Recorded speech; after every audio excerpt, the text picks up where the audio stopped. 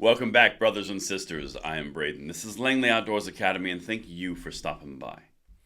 All right, guys, what we're going to talk about on this episode of the Bullet Points is how the gun controllers have this nasty little tendency to really love when ballot things go their way, but however, when ballots go against their gun control narratives, woo, that's a bit of a different reaction. What we're going to talk about today is specifically contrasting the Oregon Proposition 114, which basically does all the bad things for gun rights, versus something that just came out in Iowa that will be on the ballot, which will enshrine gun rights, and the reaction is priceless. Everything is linked in the description box below. I'm going to say a quick word from our sponsor, and then we're going to get it, and I cannot wait to show you the contrasting of views here.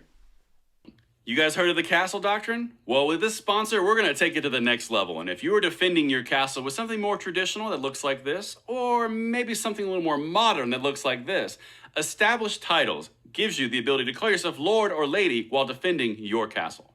Now, the title packs give you 1 square foot of established land on a private estate in Edelston, Scotland, and an official certificate with a crest like you see right here. You may all refer to me now as Lord Braden. Thank you in advance. Your certificate features a unique plot number with which you can see the exact location of your land. And if you're one of the first 200 to use the link in the description box below, we can create our own little LOA kingdom near my personal plot. It makes a great last minute gift. They even have couple packs that come with adjoining plots of land in said fiefdom.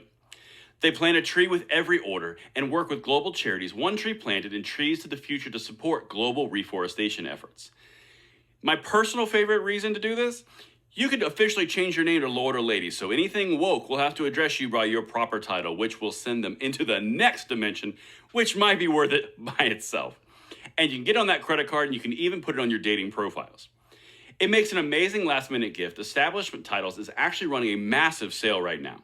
Plus, if you use the code Langley, you get an additional 10% off. So go to establishedtitles.com/Langley to get your gifts now and help support the channel. And thank you so much in advance for checking it out.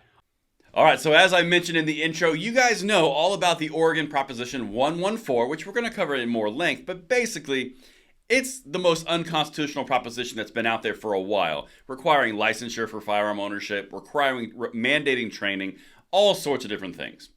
Well, in Iowa, there's now a Second Amendment rights ballot initiative that's coming out, and the gun controllers are not having it. Very interesting how ballots are all great on this side, but they are not all of a sudden over here. Check this out. This is the glowing coverage from the election ballot in Oregon. Election 2022. Measure 114 could change how Oregonians handle their guns. That's today. All right, well, let's contrast what's going on in Iowa. Editorial. Iowa gun amendment has no upside and hard to measure risk. Vote no. If this passes, policymakers could find themselves unable to act meaningfully to keep their constituents safe. Okay, it's not policymakers' job to keep their constituents safe. Just saying. But we've been down that road. Let me show you what they're doing, because the shoe's on the other foot and they are not digging it. Iowans should vote no on a proposed constitutional amendment that would make it dangerously difficult to regulate firearms. Aghast. Rejecting the amendment is a critical step toward preserving the possibility of changing gun laws to keep Iowans safer. Translation. This is a constitutional amendment. This is kind of permanent. Guys, maybe in the future we might have Democrats in power, so maybe we don't let this through now because, oh my gosh, our dreams. Let's continue, because this is rife with the echoes of danger, of scary, horrible, but also the future. This might actually outlaw us from doing this. The measure is labeled the right to keep and bear arms. Sounds vaguely familiar. But the proposed Iowa amendment goes beyond echoing the right established by the Second Amendment to the U.S. Constitution. The full wording, quote, "The right of the people to keep and bear arms shall not be infringed." Sounds familiar. The sovereign state of Iowa affirms and recognizes this right to be a fundamental individual right. Any and all restrictions of this right shall be subject to strict scrutiny. That sounds pretty good to me. Let's put it on every state, because the wording is extremely nice. Not to mention leading in with the text of the Second Amendment and adding a little bit extra for Iowa specifically. But look at what this author is actually saying. This is fear incarnate right here. If a majority of voters approve the amendment, judges hearing challenges to laws would be required to look skeptically on any restrictions on possessing firearms. It's almost like the Constitution asks you to do that anyway. Let's continue. At minimum, the provision would complicate elective lawmakers' efforts to thoughtfully regulate guns. See how they're couching this? Whether proactively or in response to large and small scale killings and maimings. Worse, it could lead to challenges of what little remains of gun regulations in our state.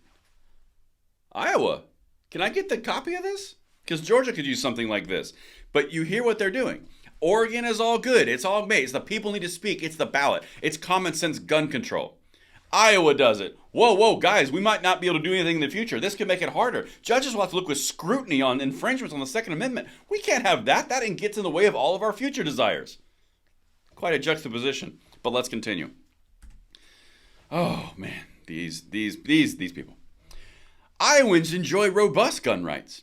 The state's Republican lawmakers already have eliminated the need for permits to carry a handgun and expanded the stand your ground defense, among other moves.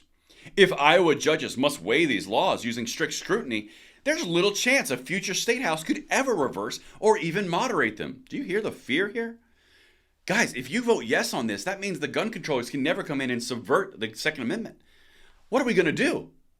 If this passes here, you're going to see this in other states, and I am down for it. I will be on the train. The last piece I've got for you. Amending the Iowa Constitution is usually about a 4-year process. It isn't easy because the implications can be profound and difficult to reverse. This proposal is not beneficial, and its potential for catastrophic harm is considerable. Repeal could well nigh be impossible. Yep, that's the point. Changes to the Iowa Constitution should be careful. This idea is haphazard and harmful. Iowans should flip over their ballots and vote no. So all of those details, all of that fear-mongering, all that terrifying gun control screams, because they know that if the Iowans go through with this on the back of that ballot and it passes, Iowa becomes a much harder state to turn into the next Colorado. And that's what I've got for you guys. Let me know what you guys think. Would you want to see this on your ballot in this election? And hopefully we can get this exact same text elsewhere if this passes. Thank you so much for watching, and I'll see you on the next episode. I'm Braden. See you later.